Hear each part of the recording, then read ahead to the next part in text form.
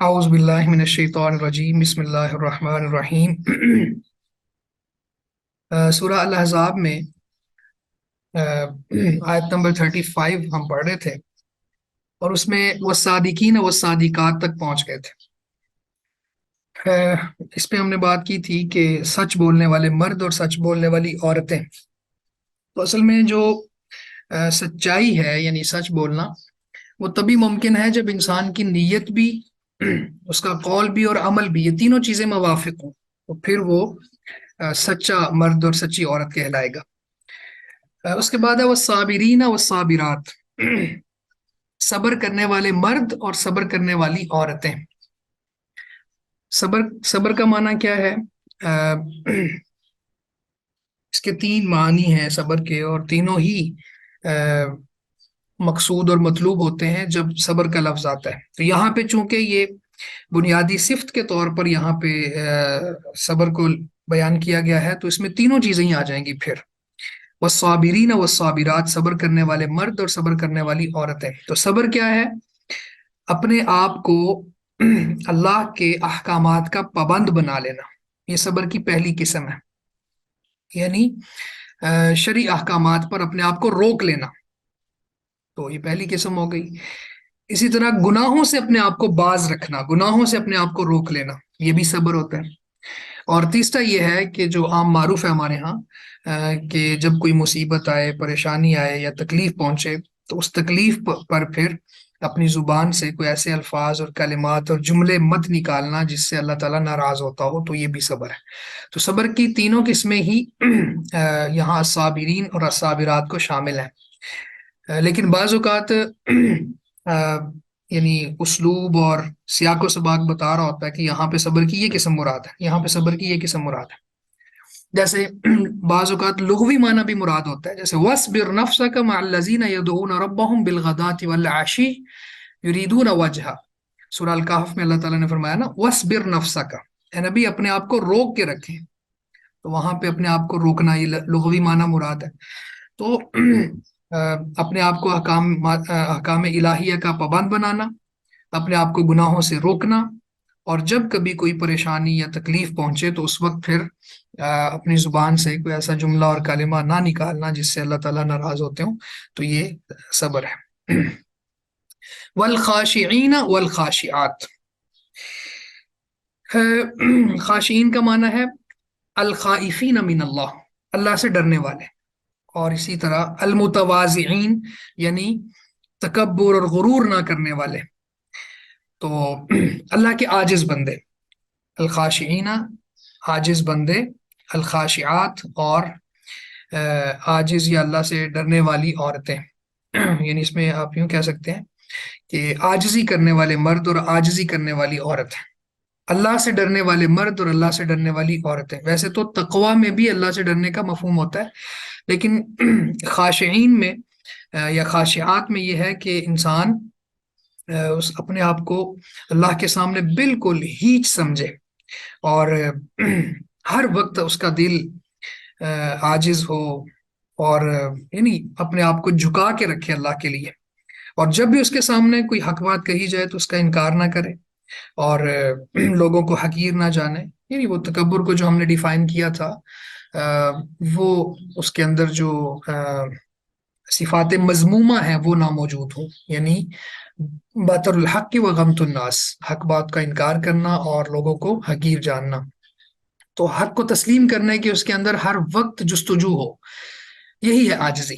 تو الخاشعین والخاشعات کا معنی یہ ہوگا عاجزی کرنے والے مرد اور عاجزی کرنے والی عورتیں، یعنی متواضع مرد اور متواضع عورتیں، اللہ سے ڈرنے والے مرد اور اللہ سے ڈرنے والی عورتیں، یہ سارے ہی اس کے مفاہیم میں شامل ہے۔ میں نے کہا الخائفین من اللہ، یہ بھی، اور المتواضعین، والمتصدقین والمتصدقات، صدقہ کرنے والے مرد اور صدقہ کرنے والی عورتیں۔ صدقہ کیا ہوتا ہے؟ اس کو بھی سمجھ لیں کہ جو اس کی دو قسمیں ہوتی ہیں، ایک فرضی اور ایک نفلی صدقہ۔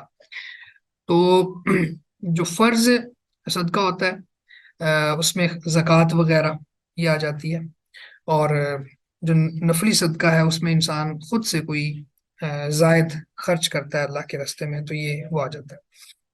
تو بہت زیادہ شریعت اسلامیہ نے اور قرآن مجید نے صدقہ کرنے اور صدقہ دینے والے، اور پھر خاص طور پہ خفیہ صدقہ، ویسے تو اعلانیہ طور پر بھی صدقہ کرنا جائز ہے اور اس کی بھی فضیلت ہے، پر خفیہ طور پر صدقہ کرنا، جیسے وہ حدیث میں آتا ہے کہ 7 بندوں کو اللہ تعالیٰ اپنے عرش کا سایہ دیں گے، اس میں سے ایک وہ ہوگا رجل تصدق بصدقۃ فاخفاها حتى لا تعلم شماله ما تنفق يمينه، کہ اس نے صدقہ کیا اور اس کو اتنا چھپایا کہ اس کے بائیں ہاتھ کو بھی معلوم نہیں تھا کہ دائیں ہاتھ نے کیا خرچ کیا۔ تو یہ صدقے کو چھپا کر کرنے میں مبالغے کا بیان ہے۔ تو ظاہری طور پر بھی، اعلانیہ طور پر بھی صدقہ کرنا چاہیے، چھپا کر بھی صدقہ کرنا چاہیے، اور جو لوگ اللہ کے راستے میں خرچ کرتے ہیں، اللہ تعالیٰ نے خاص طور پہ ان کے بارے میں کہا کہ وہ یہ نہ سمجھیں کہ ان کا مال کم ہو گیا، دنیا میں بھی ان کے مال میں برکت آتی ہے اور یہ مال کی پاکیزگی کا باعث بنتا ہے۔ خذ من اموالہم صدقہ تطہرہم وتزکیہم، اللہ نے اپنے نبی صلی اللہ علیہ وسلم سے فرمایا، یہاں فرضی زکوٰۃ مراد ہے صدقہ، کہ ان کے مال سے زکوٰۃ لو، صدقہ لو، تطہرہم وتزکیہم، اس سے آپ ان کے مال کو پاک کر دیں گے اور ان کا تزکیہ ہو جائے گا۔ تو اسی طرح سے صدقۃ الفطر، یہ جو چھوٹی عید سے پہلے یا اس دن عید کی نماز ادا کرنے سے پہلے یا ایک آدھ دن پہلے جو نکالا جاتا ہے، وہ بھی کیا ہوتا ہے، اس میں بھی حدیث کے الفاظ میں یہ ہے کہ طہرۃ للصائم، تو روزے دار کے لیے یہ پاکیزگی کا باعث ہوتا ہے، جو اس سے لغویات ہو گئی روزے کے دوران۔ تو یہ بہرحال صدقہ جو ہے یہ انسان کو ان کے مال کو بھی پاک کرتا ہے اور اس کے جسم کا بھی تزکیہ کرتا ہے، اور بخل جیسی صفات کو یہ ختم کر دیتا ہے۔ جب بندہ اللہ کے راستے میں خرچ کرتا ہے تو وہ بڑا دلیر ہو جاتا ہے کہ میں نے اللہ کو دیا ہے تو اللہ تعالیٰ اس کا مجھے نعم البدل ضرور دیں گے۔ والصائمین والصائمات، روزہ رکھنے والے مرد اور روزہ رکھنے والی عورتیں، اس سے بھی دونوں روزے ہی مراد ہیں۔ فرضی روزہ بھی وہ تو کسی صورت بھی چھوڑا نہیں جا سکتا، اور نفلی روزہ بھی، نفلی روزوں میں یعنی سوموار اور جمعرات کا روزہ ہے، ایام 20 کے روزے ہیں، یا اس طرح ویسے بھی داؤد علیہ السلام کے روزے کو شریعت نے اپریشیٹ کیا ہے، ایک دن رکھنا ایک دن چھوڑنا، تو یہ نفلی روزوں کا۔ تو روزے سے بھی انسان، ویسے تو بہت بڑی صفات یہاں پہ بیان ہو رہی ہیں، تو روزے سے بھی انسان کے اندر صبر پیدا ہوتا ہے۔ تو یہ مختلف صفات آپس میں انٹر لنک بھی ہیں، یعنی آپس میں ان کا تعلق بھی ہے۔ والحافظین فروجہم والحافظات، اور اپنی شرم گاہوں کی حفاظت کرنے والے مرد اور عورتیں۔ اچھا، شرم گاہوں کی حفاظت میں بہت سی چیزیں آ جاتی ہیں، اس میں اصل میں یہ حیا مطلوب و مقصود ہے یہاں پہ۔ تو اس میں ایک تو زنا سے محفوظ رکھنا اپنے آپ کو، اور اس کے مقدمات سے محفوظ رکھنا، یعنی وہ چیزیں جو زنا کی طرف لے کے جاتی ہیں، اس طرح کی چیزیں، اس سے بھی، اور اسی طرح سے سطر کی جو جگہیں ہیں وہ ان کو کھولنا، اور ان کو بڑا مطلب لائٹ لینا، کوئی دیکھ لے تو کوئی بات نہیں، تو یہ اس طرح یہ نہیں، بلکہ سبحان اللہ، وہ حدیث ہے نا جس میں ایک عورت کو مرگی کا دورہ پڑتا تھا، تو وہ اللہ کے نبی صلی اللہ علیہ وسلم کے سامنے یہ صبر کی مثال بھی ہے، آئی اور آ کے کہنے لگی کہ اللہ کے رسول دعا کریں کہ اللہ تعالیٰ مجھے شفا دے دے۔ تو آپ نے فرمایا تمہیں اختیار اگر دیا جائے کہ اس بیماری پر صبر کرو اور اللہ سے جنت لے لو، تو یا پھر دعا کروا لو اور آرام لے لو۔ تو اس نے کہا کہ اللہ کے نبی صلی اللہ علیہ وسلم، میں جنت چاہتی ہوں، میں انشاءاللہ صبر کروں گی، پر آپ یہ دعا کریں کہ جب مجھے وہ دورے کی کیفیت ہو تو پھر اس طاری کیفیت کے اندر میرا سطر نہ کھلے۔ تو اس طرح اپنے سطر کی حفاظت کرنا یہ بھی اس میں آ جاتا ہے، ٹھیک ہے۔ والحافظین فروجہم والحافظات، یعنی مبادیات زنا بھی، اور خود زنا بھی، اور سطر کی حفاظت بھی، اور پھر جو چونکہ فیلنگز کا تعلق ہوتا ہے شرم گاہوں سے، تو کسی ایسے مرد کا کسی ایسی عورت کو چھونا جو اس کے لیے حلال نہیں ہے، اور اسی طرح عورت کا کسی مرد کو چھونا جو اس کے لیے حلال نہیں ہے، وہ بھی ان چیزوں میں آ جاتی ہیں۔ بلکہ اللہ کے نبی صلی اللہ علیہ وسلم کا یہ واضح فرمان ہے کہ کوئی شخص اپنے سر میں کیل ٹھوک لے، یہ اس کے لیے بہتر ہے کہ وہ کسی ایسی عورت کو چھوئے جو اس کے لیے حلال نہیں ہے۔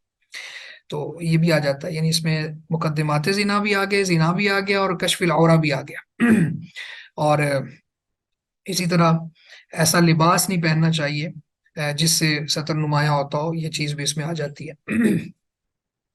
والذاکرین اللہ کثیرا والذاکرات، اور اللہ کا بہت زیادہ ذکر کرنے والے مرد اور عورتیں. باقی بھی یہاں پہ بہت سی صفات بیان ہوئی ہیں، لیکن یہ اللہ کے ذکر کی صفت کو جب ہم پڑھتے ہیں نا تو یقین جانیں کہ بندہ حیران ہو جاتا ہے کہ اس قدر فضیلت والا یہ عمل ہے. اور جو کوئی الذاکرین کی یا الذاکرات کی فہرست میں شامل ہے تو وہ اللہ کے ہاں کتنا عظیم ہے. ایک دفعہ اللہ کے نبی صلی اللہ علیہ وسلم ایک پہاڑ سے گزرے جس کا نام جمدان تھا، تو آپ نے فرمایا چلتے رہو، یہ جمدان ہے. اور سبق المفردون، مفردون یعنی وہ جو بہت زیادہ اکیلے رہ جانے والے، کسی کام کے اندر اکیلے رہ جانے والے، یعنی باقی لوگ اور کام کر رہے ہیں، یہ اور کام کر رہے ہیں، یہ سبقت لے گئے، سبق المفردون. تو صحابہ نے پوچھا اللہ کے رسول یہ کون ہے؟ آپ نے فرمایا الذاکرون اللہ کثیرا والذاکرات، اللہ کا بہت زیادہ ذکر کرنے والے مرد اور بہت زیادہ ذکر کرنے والی عورتیں. تو اسی طرح ایک حدیث میں آپ نے فرمایا کہ میں تمہیں تمہارے اعمال میں سے سب سے بہتر عمل نہ بتاؤں، اور وہ عمل جو تمہارے مالک یعنی اللہ کے ہاں سب سے زیادہ پاکیزہ ہے، تمہارے درجات میں بلندی کا باعث ہے، اور تمہارے لیے سونا اور چاندی خرچ کرنے سے بھی بہتر ہے. وَخَيْرٌ لَكُم مِّنْ إِنفَاقِ الذَّهَبِ وَالْوَرَقِ، اور فرمایا کہ وہ اس چیز سے بھی بہتر ہے کہ تم دشمن سے ملو اور تم ان کی گردنیں کاٹو، وہ تمہیں شہید کر دیں.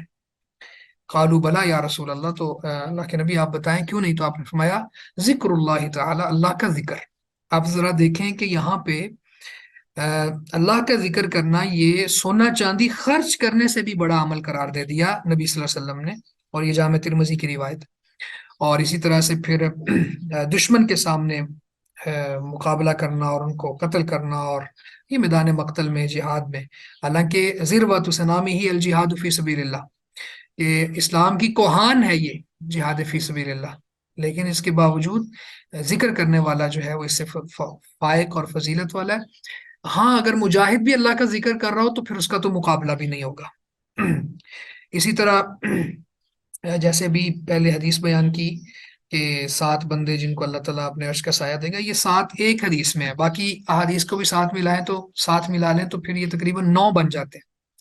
تو اس حدیث میں جس میں 7 کا فگر بیان ہوا ہے، اس کے آخر میں یہ ہے رجل ذکر اللہ خالیا ففاضت عیناہ، کہ وہ بندہ جو تنہائی میں اللہ کا ذکر کرتا ہے اور اس کی آنکھوں سے آنسو نکل آتے ہیں، یہ بھی اب اللہ تعالیٰ کے عرش کے سائے کے نیچے ہوگا. اور اسی طرح ایک شخص آیا اور اس نے کہا کہ اللہ کے رسول، شریعت کے احکام مجھ پر بہت زیادہ خلط ملت ہو گئے ہیں، یعنی بہت زیادہ چیزیں ہیں، میں کس کو کوئی ایک بتائیں جس کو مضبوطی سے پکڑ لوں. آپ نے فرمایا لا یزال لسانک رطبا من ذکر اللہ، کہ تیری زبان ہمیشہ اللہ کے ذکر سے تر رہے.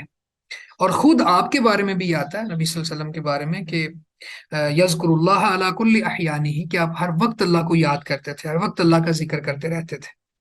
اور پھر اگر ہم اذکار کی بات کریں تو یعنی یہ 2 دن پہلے میں نے یونیورسٹی میں اپنے اسٹوڈنٹس کو یہ بات بتائی، اس میں کچھ ہم اسٹریٹجیز پڑھ رہے تھے کہ اسلامک ہوم انوائرمنٹ کیسے ڈیولپ ہوتا ہے. اس میں باقی چیزیں بھی جہاں پہ تھیں، وہاں پہ ایک سب سے اہم بات یہ تھی کہ آپ گھر کے اندر بچوں کو خود بھی دعاؤں کا اور اذکار کا عادی بنا لیں، یعنی چھوٹی چھوٹی بات پہ دعائیں ان کو پڑھنے کا عادی بنا لیں. مثلا کسی سے کوئی چیز لی ہے تو آگے سے جزاک اللہ کہتے، کھانا کھایا ہے تو اس کے بعد کی دعا پڑھ لیں، کھانا کھانے سے پہلے کی دعا پڑھ لیں. تو اصل میں ہماری عورتوں کے پاس اس وقت فرصت ہی نہیں ہے، کیونکہ انہوں نے خود اپنے موبائل میں اور اپنے ٹی وی چینلز پہ مختلف ڈراماز کے اندر وہ بزی ہوتی ہیں. ورنہ اگر وہ گھر کا ماحول اس طرح کا بنا دیں تو ان کے پاس فرصت ہی نہیں ہے. وہ یہ دعا سکھا رہی ہیں، وہ دعا سکھا رہی ہیں، مارننگ اذکار ہیں، ایوننگ اذکار ہیں، اسی طرح سے واش روم جانے کے آداب ہیں، باہر نکلنے کی دعائیں ہیں. تو لمحہ لمحہ، اور پھر سبحان اللہ، الحمدللہ، لا الہ الا اللہ، اللہ اکبر کے حلقات ہیں. بچوں کو بٹھا دیا جائے، ان سے کہیں آپ کو چاکلیٹس ملیں گی، آپ 100 ٹائمز یہ پڑھیں، سبحان اللہ، الحمدللہ، لا الہ الا اللہ، اللہ اکبر.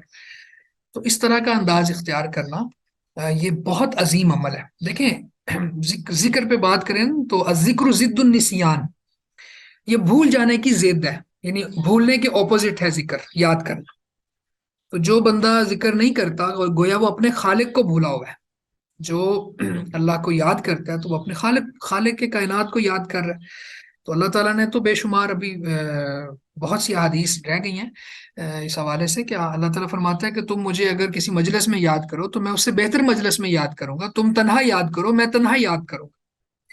تو یہ پھر اللہ کے ساتھ تعلق انسان کا مضبوط ہوتا ہے، اور پھر شیاطین جنات یہ جادو یہ سب بھاگ جاتے ہیں، ختم ہو جاتی ہیں چیزیں، بندہ اللہ کے ساتھ اتنا منسلک ہو جاتا ہے۔ اور پھر آپ نے سب نے یہ دیکھا کہ وہ حسن المسلم جو کتاب ہے اذکار کی دعاؤں کی، شیخ سعید بن علی بن وحف القحطانی کی، اس کا نام حسن المسلم کیوں رکھا؟ کیونکہ دعائیں پڑھنے سے انسان مضبوط قلعے میں بند ہو جاتا ہے، اور پھر شیطان کو ایکسیس نہیں ملتی اس پر، اور وہ پھر اس سے دور اور پرے بھاگ جاتا ہے۔ تو خیر اللہ کا بہت زیادہ ذکر کرنے والے مرد اور عورتیں، اعد اللہ لہم مغفرۃ و اجرا عظیما، اعد اللہ لہم تیار کیا ہے اللہ نے ان کے لیے، مغفرتن بڑی بخشش کو، و اجرا عظیما اور بہت بڑے اجر کو۔ تو اللہ تعالیٰ نے ان کے لیے بہت بڑی بخشش اور بہت بڑا اجر تیار کیا ہے۔ اب یہ جتنی بھی صفات ہیں ان صفات کا آگے نتیجہ اور اجر بیان ہوا ہے کہ ان کے لیے بخشش بھی ہے اور اجر عظیم بھی ہے۔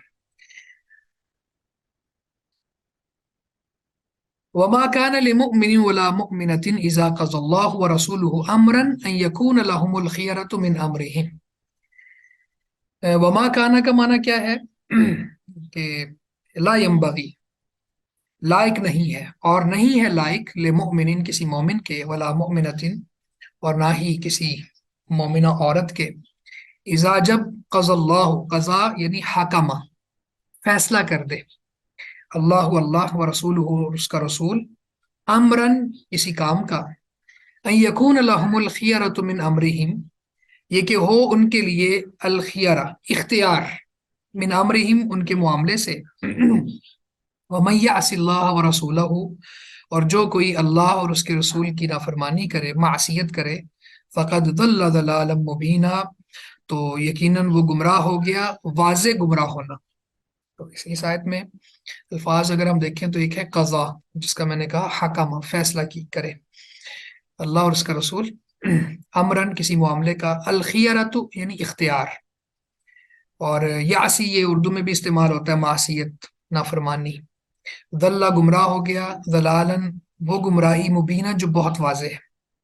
اور کبھی بھی یعنی وما کانا بھی ہم نے پہلے بھی بات کی تھی، یہاں پہ استمرار کے لیے ہوتا ہے، اور کبھی بھی کسی مومن مرد کے لائق ہی نہیں ہے، اور نہ ہی کسی مومن عورت کے، مومنہ عورت کے، کہ جب اللہ اور اس کا رسول کسی معاملے کا فیصلہ کر دیں تو ان کے لیے ان کے معاملے میں اختیار ہو، یعنی پھر اختیار نہیں ہے، اور جو کوئی اللہ اور اس کے رسول کی نافرمانی کرے یقیناً وہ واضح گمراہ ہو گیا۔ اب یہ ہمارے پاس آیت ہے، اور اس آیت میں ویسے تو بعض مفسرین نے اس کا ایک شان نزول بھی لکھا ہوا ہے جو اتھینٹک نہیں ہے۔ شان نزول یہ ہے کہ نبی صلی اللہ علیہ وسلم اپنی پھپھو کی بیٹی زینب بنت جہش کو اپنے آزاد کردہ غلام، اور جن کو منہ بولا بیٹا بنایا ہوا تھا زید بن حارثہ، ان کے لیے نکاح کا کہا کرتے تھے، تو وہ آگے سے کہتی تھی کہ نہیں میں حسب نسب میں اس سے بہتر ہوں، تو جس پر یہ آیت نازل ہے۔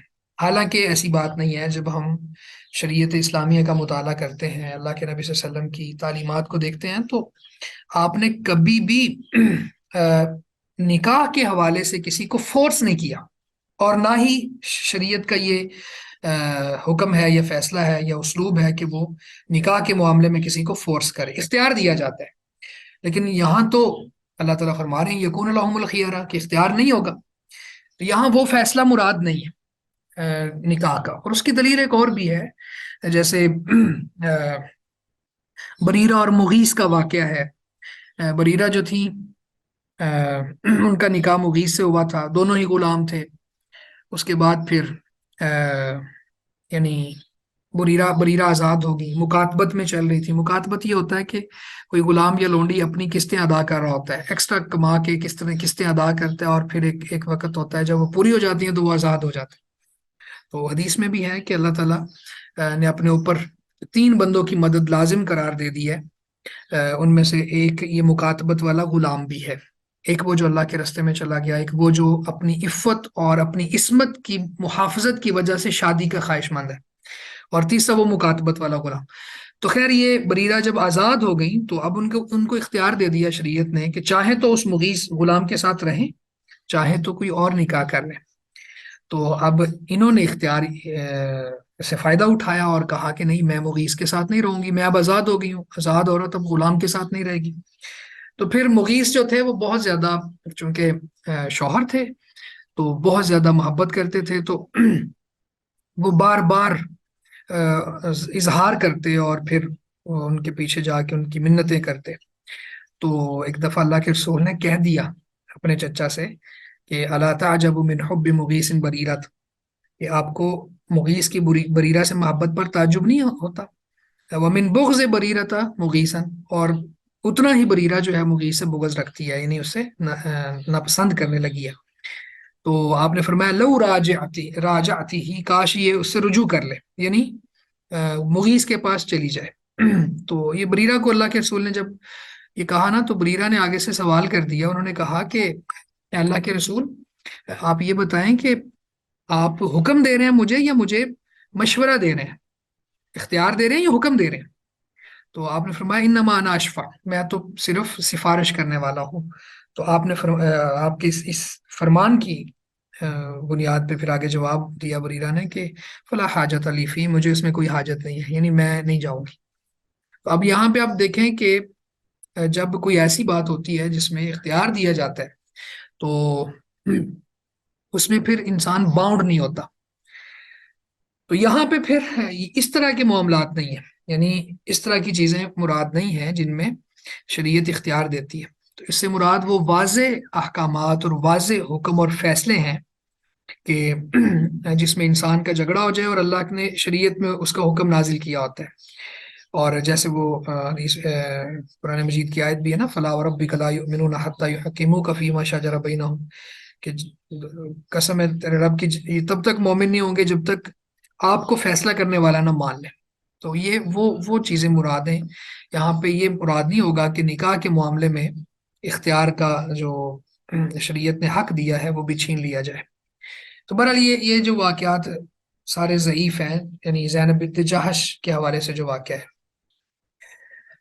وَمَن يَعْصِ اللَّهَ وَرَسُولَهُ فَقَدْ ضَلَّ ضَلَالًا مُبِينًا، اور جو کوئی اللہ اور اس کے رسول کی نافرمانی کرے تو وہ یقیناً کھلی گمراہی میں چلا گیا. وَإِذْ تَقُولُ لِلَّذِي أَنْعَمَ اللَّهُ عَلَيْهِ وَأَنْعَمْتَ عَلَيْهِ أَمْسِكْ عَلَيْكَ زَوْجَكَ وَاتَّقِ اللَّهَ. وَإِذْ تَقُولُ، اور جب اے نبی آپ کہہ رہے تھے، لِلَّذِي اس شخص کو، انعم اللہ علیہ جس پر اللہ نے انعام کیا، وانعمت علیہ اور جس پر آپ نے انعام کیا. کیا کہہ رہے تھے؟ امسک علیہ کا زوجک، امسک روک لے، علیہ کا اپنے پاس، زوجک اپنی بیوی کو، یعنی اپنی بیوی کو اپنے پاس روک کے رکھ. واتق اللہ، اور اللہ سے ڈر. وتخفی فی نفسک، اور اے نبی آپ اپنے دل میں ایک بات چھپا رہے تھے، مَاللَّهُ مبدی، جسے اللہ ظاہر کرنے والا تھا. وتخشى الناس، اور اے نبی آپ لوگوں سے ڈر رہے تھے. یہ سارے واحد کے صیغے ہیں. اور اے نبی وتخشى الناس، اور تو لوگوں سے ڈر رہا تھا. تو ہم ذرا اس کو اس انداز میں بیان کر رہے ہیں، وتخشى الناس، اور اے نبی آپ لوگوں سے ڈر رہے تھے. واللہ احق ان تخشاہ، اور اللہ زیادہ حق رکھتا ہے کہ آپ اس سے ڈریں.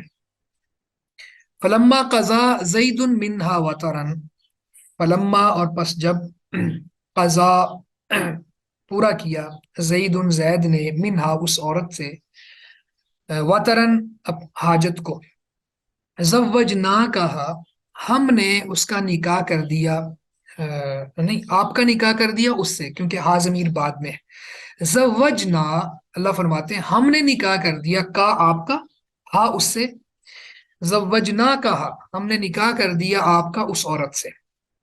لکی لا یکونا، تاکہ نہ ہو، علی المؤمنین مومنوں پر، حرجن کوئی حرج یا کوئی تنگی، کوئی گناہ.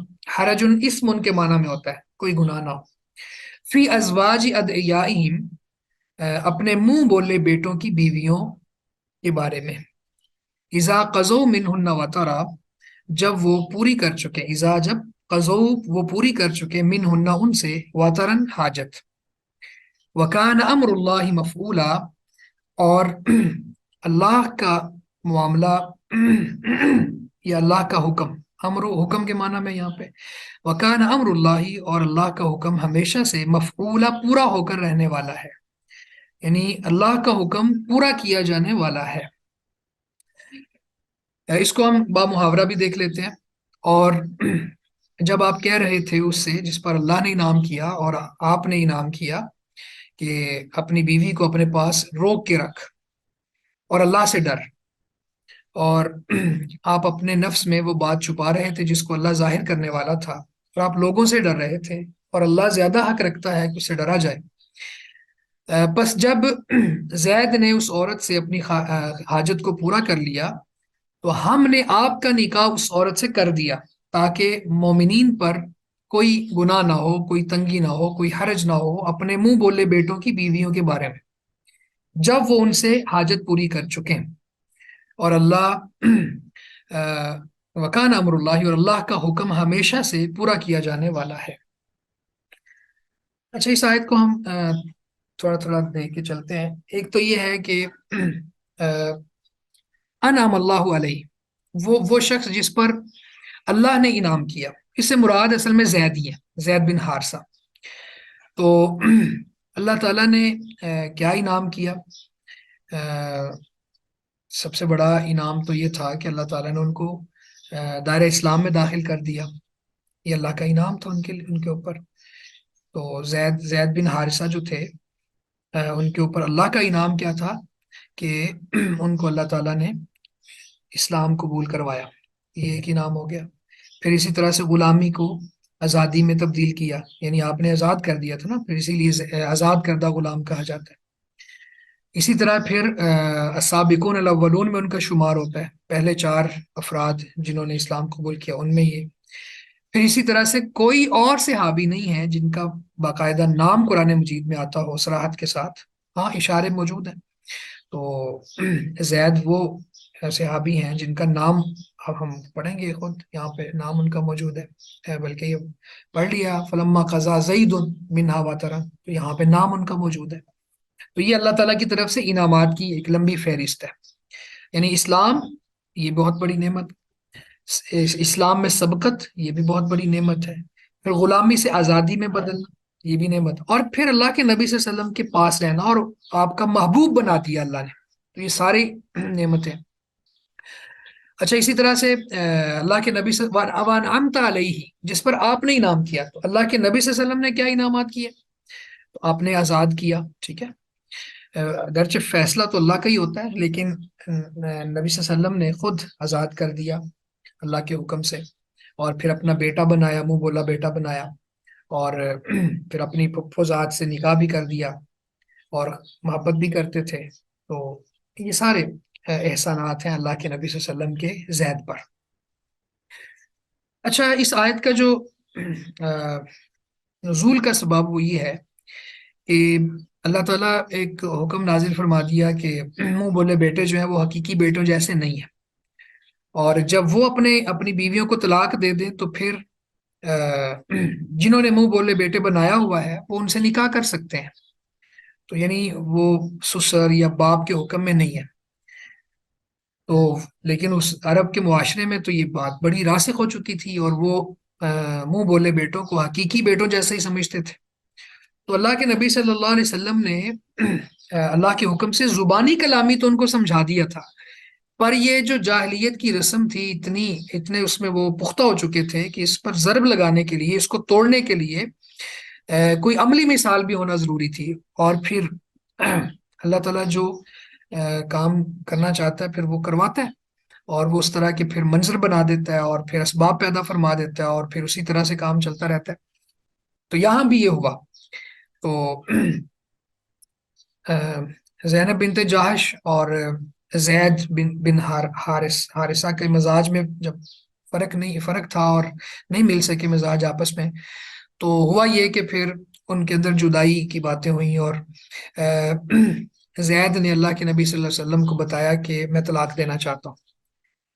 اچھا، ادھر سے اللہ تعالیٰ بتا چکے تھے کہ ہم نے آپ کی زینب سے شادی کرنی، تو اللہ تعالیٰ کے بتانے کے باوجود بھی اللہ کے نبی صلی اللہ علیہ وسلم معاشرتی رویوں سے ڈرتے تھے کہ لوگ کیا کہیں گے، اور وہ منافقین، یہودی، مشرکین، وہ یہ تان و تشنیع پہلے ہی بہت زیادہ کرتے ہیں، اب ان کو اور موقع مل جائے گا، اور وہ یہ کریں گے کہ محمد صلی اللہ علیہ وسلم نے اپنی ہی بہو سے نکاح کر لیا، اپنے ہی بیٹے کی بیوی سے نکاح کر لیا، تو اس طرح کی باتیں کریں گے۔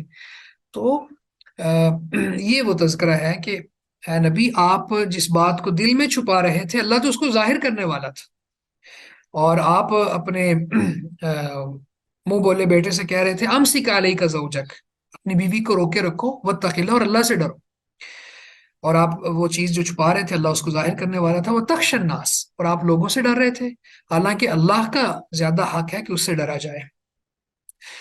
اچھا، اس بات کو سمجھے ذرا کہ لوگوں سے ڈرنا اور پھر اللہ کا زیادہ حق ہے کہ اللہ سے ڈرا جائے، تو وہ احکامات جس میں شریعت نے انسان کو اختیار دیا ہوا ہے، اور وہ جائز احکامات ہیں اور ان پر عمل کرنا شریعت میں قابل تعریف ہے، ان پر عمل صرف اس وجہ سے نہ کرنا کہ معاشرہ کیا کہے گا، لوگ کیا کہیں گے، میری فیملی کے لوگ جو ہیں وہ مجھ پر تان تشنیع کا نشانہ مجھے بنائیں گے کہ تم نے یہ کر لیا، کیونکہ ہمارے وہ فیملی روایات کے خلاف ہے کام، ہاں شریعت نے تو اجازت دی ہوئی ہے، تو اس وقت پھر یہ آیت پیش نظر رکھنی چاہیے کہ لوگوں سے ڈرنے کی بجائے اللہ سے ڈرنا چاہیے۔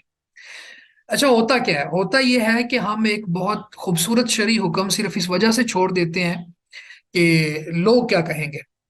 اچھا، لوگ پھر بھی باز نہیں آتے، وہ پھر بھی باتیں کرتے رہتے ہیں، لیکن اگر آپ اللہ کو راضی کرنے کے لیے اس حکم کو عملی جامہ پہنا دینا، تو چونکہ دلوں پر اللہ کا قبضہ ہے تو پھر اللہ تعالیٰ سب کے دل آپ کی طرف موڑ دیتا ہے۔ پھر وقتی طور پر مشکلات ہوتی ہیں، جیسے اللہ کے نبی صلی اللہ علیہ وسلم کو ابھی ہوا نہیں ہے، پہلے ہی سے ہی وہ سوچنا شروع ہو گئے ہیں کہ کیا بنے گا، لیکن اس کے بعد آپ دیکھ لیں کہ قیامت تک کے لیے یہ ہمارے پاس اسوہ بھی بن گیا، اور پھر یہ زینب اپنی باقی جو خواتین تھیں، اللہ کے رسول کی ازواج تھیں، ان میں بیٹھ کے یہ کہا کرتی تھیں کہ میرا تمہارے اوپر امتیاز ہے ایک، اور وہ امتیاز یہ ہے کہ تمہارا نکاح اور ولی دنیا میں لوگوں نے کیا، اور میرا نکاح 7 آسمانوں کے اوپر سے اللہ نے کیا، اور میرے نکاح میں ولی بھی اللہ ہی تھا، کیونکہ عورت کا نکاح ولی کی اجازت کے بغیر نہیں ہو سکتا نا۔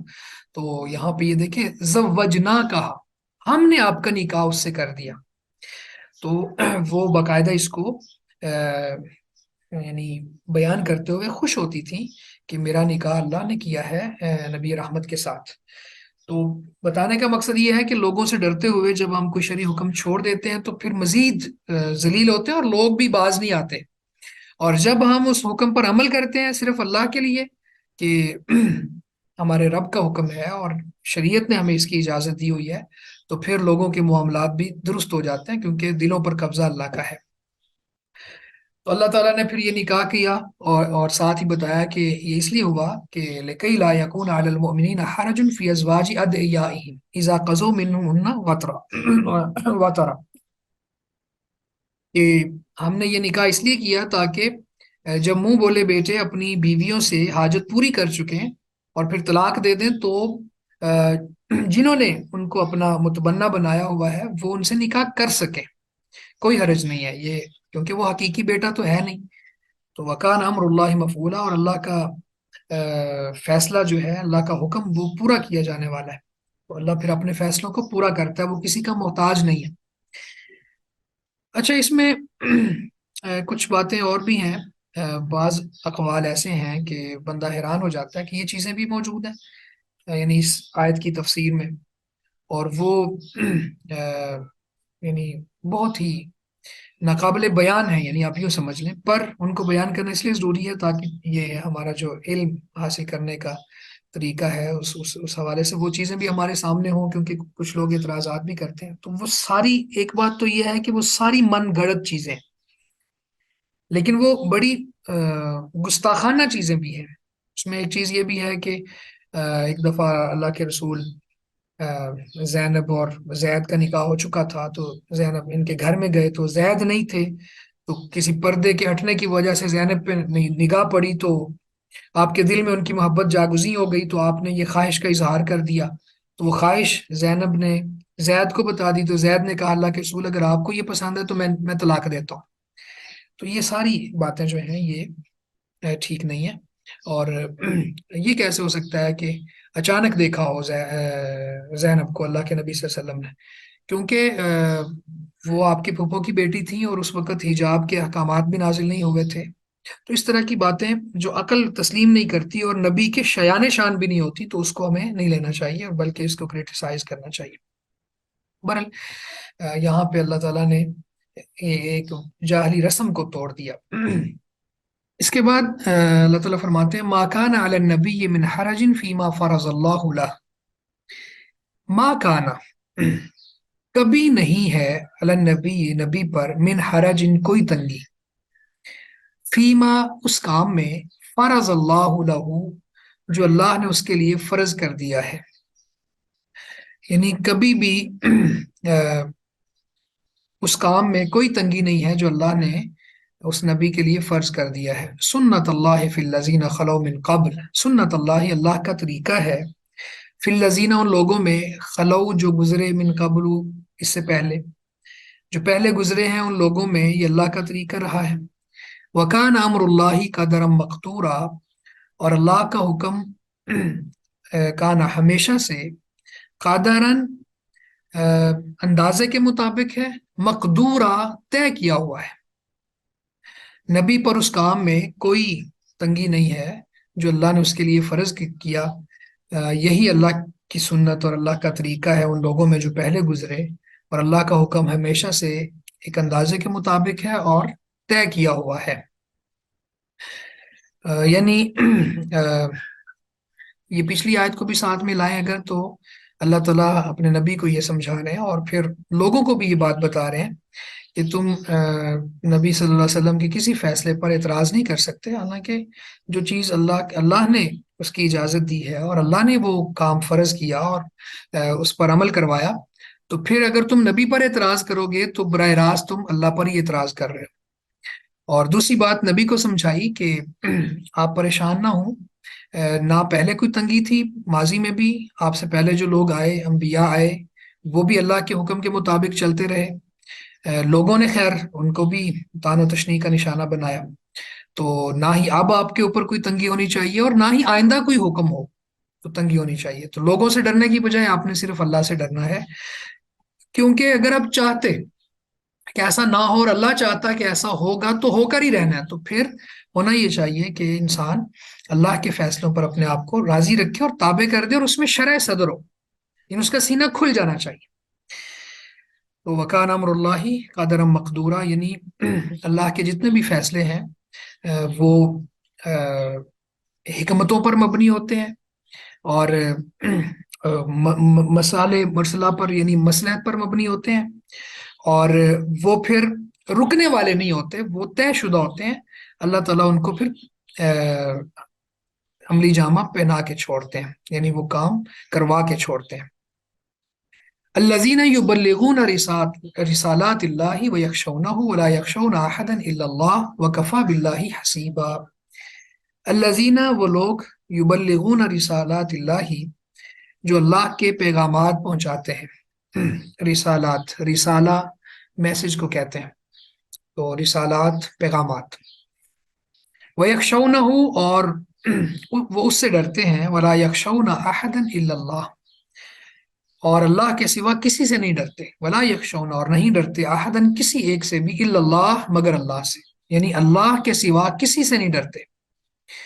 وَكَفَى بِاللَّهِ حَسِيبًا اور اللہ حساب لینے والا کافی ہے۔ وہ لوگ جو اللہ کے پیغامات پہنچاتے ہیں اور اس سے ڈرتے ہیں اور اللہ کے سوا کسی سے نہیں ڈرتے، اور اللہ کافی ہے حساب لینے والا۔ اب یہاں پہ آپ دیکھیں کہ اللہ تعالیٰ نے تعریف کی ان لوگوں کی کہ جو اللہ کا پیغام پہنچاتے ہیں اور اللہ کا پیغام پہنچانے میں ڈرتے نہیں ہیں، اور اس میں اگر اللہ تعالیٰ یہ کہتے ہیں کہ اس پر عمل کرو تو وہ عمل بھی کرتے ہیں۔ یہ معنی ہے کہ اللہ کے علاوہ کسی اور سے نہیں ڈرتے۔ تو یہی وہ لوگ ہیں حسیبہ کے دو معنی ہو سکتے ہیں. ایک معنی تو یہ ہے حساب لینے والا، تو ایک معنی اس کا کفایت کرنے والا بھی ہے، جیسے حسبی اللہ، تو اللہ تعالیٰ کفایت کرنے والا کافی ہے، یعنی وہ اکیلا ہی کافی ہے، کسی اور کی ضرورت نہیں ہے. جب اللہ نے کہہ دیا ہے کہ یہ کام کرو، تو پھر بندہ کہے جی لوگ کیا کہیں گے، یا میرے سامنے رکاوٹیں ڈالیں گے، یا اس کا نتیجہ کیا ہوگا. بھائی نتیجہ آپ کے ہاتھ میں تو نہیں ہے. انبیاء بھی بشر ہیں، اور انبیاء اللہ کے مقابلے میں مخلوق ہیں. تو انبیاء کے دلوں میں بھی جب یہ بات پیدا ہو جائے کہ پتہ نہیں اب لوگ کیا کہیں گے، تو اللہ تعالیٰ نے اس بات کو سمجھا دیا کہ اللہ تمہیں کافی ہے، اور اللہ ہی حساب لینے والا ہے. آپ صرف اس بات کے پابند ہیں کہ آپ اللہ کے پیغامات کو لوگوں تک پہنچائیں اور صرف اللہ سے ڈریں. تو اگر کوئی نبی صرف لوگوں سے ڈر ڈر کے چلے، جس طرح آج کل ہمارے کچھ علماء ان کو اس طرح کی چیزیں پیش نظر ہوتی ہیں کہ وہ کیا کہے گا، یہ کیا کہے گا، فلاں حکومت ناراض ہوگی، فلاں پارٹی ناراض ہوگی، اس طرح کی چیزوں کو لے کے جو چلتے ہیں، تو وہ پھر صحیح معنوں میں خالص دین لوگوں تک نہیں پہنچا سکتے. یا پھر اس کو ایک اور انداز میں بھی سمجھ لیں، وہ بندہ جو کوئی پیڈ کلاسز لیتا ہے اور اس کے پیش نظر وہ صرف پیسہ ہوتا ہے کہ یہ پیسہ مجھے ملتا ہے، میں پڑھاتا ہوں، میں جمعہ پڑھاتا ہوں، مجھے اس کے معاوضہ ملتا ہے، میں تدریس کرتا ہوں، مجھے اس کا معاوضہ ملتا ہے. تو اگر وہ یہ سمجھے کہ اس معاوضے کی میں کمی ہو جائے گی، یا یہ معاوضہ تعطل کا شکار ہو جائے گا اگر میں نے صحیح خالص کتاب و سنت کی تعلیم دی، تو گویا کہ وہ حق ادا نہیں کر رہا. اور اس کو بھی چاہیے کہ وہ اپنے اس عمل کو ریوائز کرے، اور اس کو اصلاح کی طرف لے کے جائے، اور اس کو درست کرے.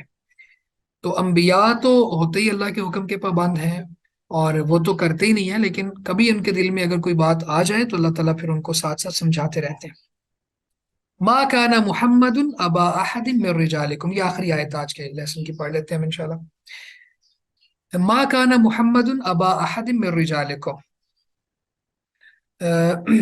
ما کان محمد، نہیں ہے محمد صلی اللہ علیہ وسلم، ابا احد من رجالکم، تم مردوں میں سے کسی کے والد، ولیکن رسول اللہ، اور لیکن وہ اللہ کے رسول ہیں، وخاتم النبیین، اور نبیوں کو ختم کرنے والے ہیں، یعنی آخری نبی ہیں. وکان اللہ بکل شیء علیما، اور اللہ ہمیشہ سے ہر چیز کو خوب جاننے والا ہے. محمد صلی اللہ علیہ وسلم تمہارے مردوں میں سے کسی کے والد نہیں ہیں، اور لیکن وہ اللہ کے رسول ہیں اور تمام انبیاء کے ختم کرنے والے ہیں، اور اللہ ہمیشہ سے ہر چیز کو پوری طرح جاننے والے ہیں. اب یہاں پہ اس کو سمرائز کر دیا، یہ جو پیچھے جتنے بھی احکامات دیے اور اس کے مطابق پھر عمل کروایا اللہ تعالیٰ نے، کہ یہ جو زید تھے یہ آپ کے متبنہ تھے، یعنی آپ نے ان کو منہ بولا بیٹا بنایا ہوا تھا. اور منہ بولا بیٹا جو ہوتا ہے وہ حقیقی بیٹے سے یکسر مختلف ہوتا ہے، اس کے احکامات مختلف ہوتے ہیں. اسی طرح اس کا جو باپ ہے وہ بھی حقیقی باپ نہیں ہوتا، وراثت کے احکام میں فرق ہوتا ہے، اب یہاں پہ شادی کے احکامات میں فرق ہوتا ہے، تو یہ حقیقی باپ نہیں ہے. ایک تو ان کو بلانے میں بھی انداز مختلف اختیار کرو، زید بن محمد نہ کہو بلکہ زید بن حارثہ کہو، تو پھر ایسے ہی ہوا کہ زید بن حارثہ کہا جانے لگا. تو اس کے علاوہ مردوں میں سے کسی کے باپ نہیں ہیں آپ. تو یہ شرط کیوں لگائی مردوں میں سے نہیں ہے؟ اس لیے کہ آپ کا کوئی حقیقی بیٹا موجود ہی نہیں تھا، اور بلوغت سے پہلے ہی سارے فوت ہو گئے. جیسے خدیجہ رضی اللہ تعالیٰ عنہ سے آپ کے 3 بیٹے تھے، قاسم، طیب، طاہر، تو وہ بچپن میں فوت ہو گئے. ایک آپ کا بیٹا ابراہیم تھا جو آپ کی لونڈی ماریہ قبطیہ کے وطن سے تھا، تو وہ بھی بچپن میں ہی فوت ہو گیا. تو مردوں میں سے آپ کسی کے باپ نہیں. ہاں عورتیں تو ظاہر ہے پھر زینب، رقیہ، ام کلثوم، فاطمہ رضی اللہ تعالیٰ عنہ، یہ جو موجود تھیں اور یہ بڑی بھی ہوئیں، بالغ بھی ہوئیں، ان کی شادیاں بھی ہوئیں، تو عورتوں کے تو باپ ہیں آپ، لیکن مردوں کے والد نہیں ہیں. ولیکن رسول اللہ، لیکن آپ اللہ کے رسول ہیں. وخاتم النبیین، اور آخری نبی ہیں، نبیوں کو ختم کرنے والے ہیں. تو بتانا یہ مقصود تھا کہ ان صفات کو آپ دیکھو. یعنی زید کے والد کیوں سمجھتے ہو آپ؟ اور پھر اس بات کو لے کے کیوں اعتراض کرتے ہو کہ اللہ کے نبی صلی اللہ علیہ وسلم نے زید کی بیوی جس کو انہوں نے طلاق دے دی اس سے نکاح کر لیا ہے، گویا اپنے بیٹے کی بیوی سے اپنی بہو سے نکاح کر لیا ہے، تو یہ ان احکامات کی طرف کیوں تم جاتے ہو؟ ایک تو یہ ہے کہ آپ مردوں میں سے کسی کے باپ نہ تھے، نہ ہیں، نہ آئندہ ہوں گے، آئندہ بھی نہیں ہوں گے، کیونکہ اب تو شریعت آ گئی نا ہمارے پاس، اور اللہ کے رسول اس دنیا سے چلے گئے۔ اب اگر کوئی یہ سمجھے کہ آپ ہوں گے تو یہ بھی غلط ہے، لیکن آپ اللہ کے رسول ہیں، اللہ کے رسول ہیں، آپ کی رسالت کی طرف توجہ دو، وخاتم النبیین، اور آپ یہ سمجھو کہ یہ دیکھ لو کہ آپ آخری نبی ہیں، آپ کے بعد کوئی نبی بھی نہیں ہوگا۔ اچھا، خاتم النبیین کو بھی سمجھ لیں کہ یہ واضح آیت ہے جو ہمارے پاس دلیل ہے کہ اللہ کے نبی صلی اللہ علیہ وسلم آخری نبی ہیں، لیکن اس کے باوجود بہت سی احادیث بھی ہیں جن کے اندر نبی صلی اللہ علیہ وسلم نے ایک مثال دی۔ آپ نے فرمایا کہ میری اور پہلے انبیاء کی مثال ایسی ہے کہ ایک آدمی نے ایک مکان بنایا اور ہر لحاظ سے وہ خوبصورت تھا، لیکن ایک کونے میں ایک اینٹ کی جگہ چھوڑ دی، تو لوگ اس گھر کو دیکھتے ہیں تو وہ تعجب کرتے ہیں اور کہتے ہیں کہ یہ اینٹ کیوں نہیں لگائی گئی؟ فرمایا کہ فَأَنَا اللَّبِنَةُ، میں وہ اینٹ ہوں، وَأَنَا خَاتَمُ النَّبِيِّينَ، اور میں خاتم النبیین ہوں۔ تو آپ نے حدیث کے ذریعے بھی یہ بات واضح طور پر بتائی کہ میرے بعد کوئی نبی نہیں ہوگا۔ اسی طرح جب ابو بکر صدیق رضی اللہ تعالیٰ عنہ کا دور خلافت تھا تو اس دور میں مدعیان نبوت نے سر اٹھایا، اسود انسی جیسے لوگ، مسیلمہ کذاب جیسے لوگ، تو آپ نے ان کے خلاف پھر لشکر روانہ کیے اور جہاد کیا۔ عورتیں بھی نبوت کا دعویٰ کرنے لگیں تو آپ نے پھر ان کے خلاف جہاد کیا اور قتال کیا۔ تو یہ خاتم النبیین کا عقیدہ جو ہے یہ ہمارے بنیادی عقائد میں سے ہے۔ کوئی شخص اگر یہ سمجھتا ہے کہ نہیں، اللہ کے نبی صلی اللہ علیہ وسلم نبی تو ہیں پر آخری نبی نہیں ہے، اس کے بعد بھی نہیں، آپ دیکھیں کہ آپ نے جب حضرت عمر کو دیکھا کہ ان کے ہاتھ میں تورات کے اوراق تھے، تو آپ نے فرمایا کہ اگر موسیٰ بھی زندہ ہوتے تو وہ میری اتباع کرتے، اور اب عیسیٰ بھی آئیں گے تو وہ بھی اللہ کے نبی صلی اللہ علیہ وسلم کے امتی کی حیثیت سے اسی شریعت کو لے کے آگے چلیں گے۔ تو خاتم النبیین، نبیوں کا ختم کرنے والا، یعنی آخری نبی۔ اچھا، یہاں پہ کوئی شخص اگر یہ کہے جی نبی تو کوئی نہیں آئے گا لیکن رسول آ جائے گا، تو یہ بات تو بالکل عقل کے منافی ہے، کیونکہ ہر رسول نبی بھی ہوتا ہے لیکن ہر نبی رسول نہیں ہوتا۔ تو نبی عام ہے، رسول خاص ہے، تو جب نبی کی نفی کر دی تو گویا رسالت کی بھی نفی ہوگی ساتھ خود بخود۔ وَكَانَ اللَّهُ بِكُلِّ شَيْءٍ عَلِيمًا، اور اللہ ہمیشہ سے ہر چیز کو پوری طرح جاننے والا ہے۔ یہاں تک ہم رکھتے ہیں، 40 آیات ہماری ہوگی اللہ کی توفیق سے۔ اللہ تعالیٰ ہمیں عمل کرنے کی توفیق دے۔ جاہلی رسوم و رواج اور ہماری جو خاندانی روایات ہیں، اگر کبھی وہ ہمارے سامنے ہوں اور ایک طرف اللہ کے نبی صلی اللہ علیہ وسلم کا حکم ہو، تو ہمیں چاہیے کہ ہم یہ نہ دیکھیں کہ لوگ کیا کہیں گے، بلکہ ہم شریعت کو فالو کریں۔ جزاکم اللہ خیر، بارک اللہ بکم۔